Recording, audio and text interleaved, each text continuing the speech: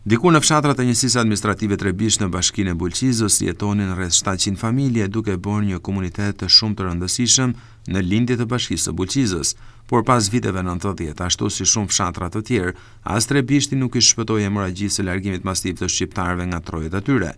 Banorët e mbetur aty thonë se diku në Trebisht jetonin mbi 700 familje, ndërsa sot ka mbetur diku tek 130 në të gjitha fshatrat e kësaj njësie administrative.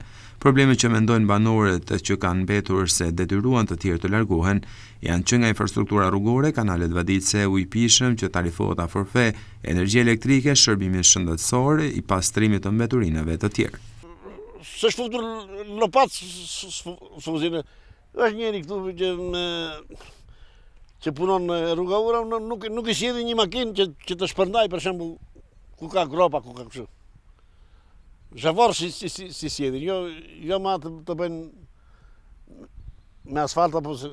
Ja shumë probleme, po njerë administratori i fshati këtu, edhe ai që ka qenë, ky që është, për mu nuk bëjmë punë. Derisa vija ujtit atje, e bëjmë ne me krah si në kohë të vaktit, edhe nuk vjen ujti për vaditje.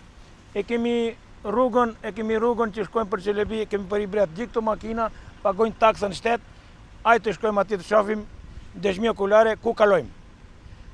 2. Këto ndryshimet i kishim vu para do vitesh atje, nuk ndryshon asnjëna. Rrugorja këtu që kishim. 3. Rruga pas të ndaj që lidhet, ne jenë të mi lidhur ne me Maqedoninë, ne rruga që lidhet këtej, del në Ostren Kamar asfalti, këtej 0. Në kohën e Enver-Hoxhës, ku ka qenë Enver-Hoxha gjallë, ka qenë 700 shtëpi. Trebishti, 3 lagje, Muçina, Balaja, Çelebia. Këtu ku jeni, lagja Çelebi. Tani janë edhe s'janë 130 shtëpi. Nga se ikin njerëzit.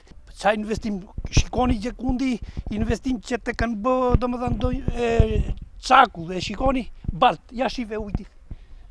Ku shikon investim? Ku është bërë investimi që të ma mbushin mendin që kanë investu lek? Po për këtë fshati më s'ka ku të shkojmë ma, kanë ngelur këta që janë, nga probleme nuk del leks. Edhe rrugën, na shife makinën ku është atje në mes të baltës. A kalon ajo? Nuk është gjyna makinë 10.000 euro për shembull të fushi këtu. Po kanë nik, a jetoj këtu? Po, opsioni mirë. Pse ta braktisim fshatin këtu?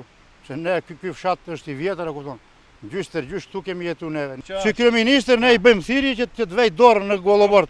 Jemi katastrofë. Jemi katastrofë të vejnë dorë këtu. Tani problemet në fshat janë të shumta. Puna parë, rruga. Rruga është zhvillim. Tani nga Shopenza, Biçishti, pak sa den Biçisht, rruga pjesa tjetër është skandal. Tani largimi tani njerëzit për sa vendi nuk i mban. Kushdo politikan që të futet me fjalë kjo hemorragji është vështirë të ndalet. Përsa nuk ka punësim në vend, nuk të manë vendi. Asnjë investim s'kam bë.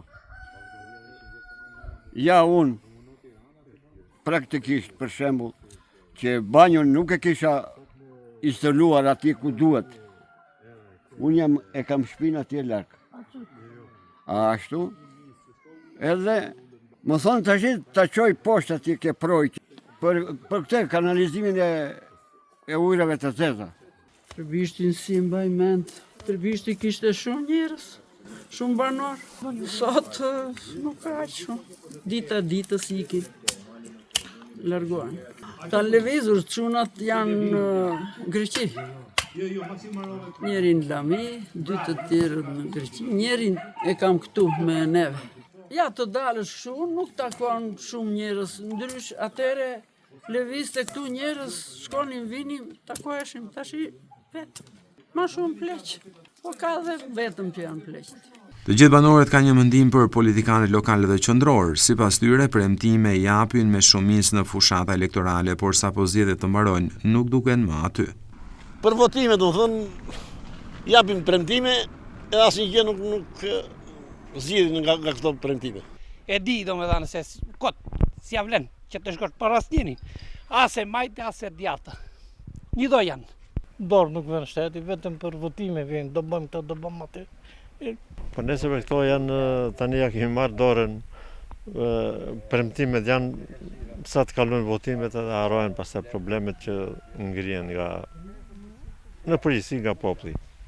Në mungesë të infrastrukturës së duhur rrugore, largësisë me qytetin e Bulqizës, banorët e Trebishtit detyrohen të shkojnë në Dibër të Madhe për shumë shërbime.